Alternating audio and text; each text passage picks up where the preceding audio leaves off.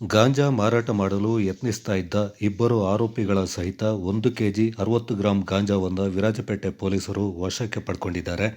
ವಿರಾಜಪೇಟೆಯ ಸುಣ್ಣದ ಬೀದಿಯ ಅಸೈನಾರ್ ರಜಾಕ್ ಹಾಗೂ ಬಾಳುಗೋಡು ಬಿಟ್ಟಂಗಾಲ ಗ್ರಾಮದ ಮೋಹನ ಎಜಿ ಅಶೋಕ್ ಬಂಧಿತ ಆರೋಪಿಗಳಾಗಿದ್ದಾರೆ.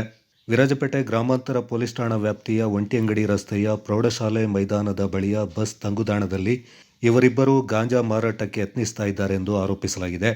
ವಿರಾಜಪೇಟೆ ಉಪವಿಭಾಗದ ಮಹೇಶ್ ಕುಮಾರ್, ವೃತ್ತ ನಿರೀಕ್ಷಕ ಅನೂಪ್ ಮಾದಪ್ಪ, ಪಿಎಸ್ಐಗಳಾದ Latha NJ, Vanishree, BS Pramod, ASI Somanna KB, ಎಚ್ಸಿಗಳಾದ Naveen Kumar SL, Basavaraju M, Abdul Majeed, Haneef KA, Bopanna MS, Radha, ಪಿಸಿಗಳಾದ ಮಹೇಶ್ ಎಸ್, ಶಿವಪ್ರಸಾದ್, ರಾಜೇಶ್ ಎಸ್ ಹಾಗೂ ರಾಘವೇಂದ್ರ ಕಾರ್ಯಾಚರಣೆಯಲ್ಲಿ ಪಾಲ್ಗೊಂಡಿದ್ದರು. ಪೊಲೀಸ್ ಅಧಿಕಾರಿಗಳ ಹಾಗೂ ಸಿಬ್ಬಂದಿಗಳ ಕಾರ್ಯದಕ್ಷತೆಯನ್ನು ಜಿಲ್ಲಾ ಪೊಲೀಸ್ ವರಿಷ್ಠಾಧಿಕಾರಿ ಬಿಂದುಮಣಿ ಆರ್ಎನ್ ಶ್ಲಾಘಿಸಿದ್ದಾರೆ.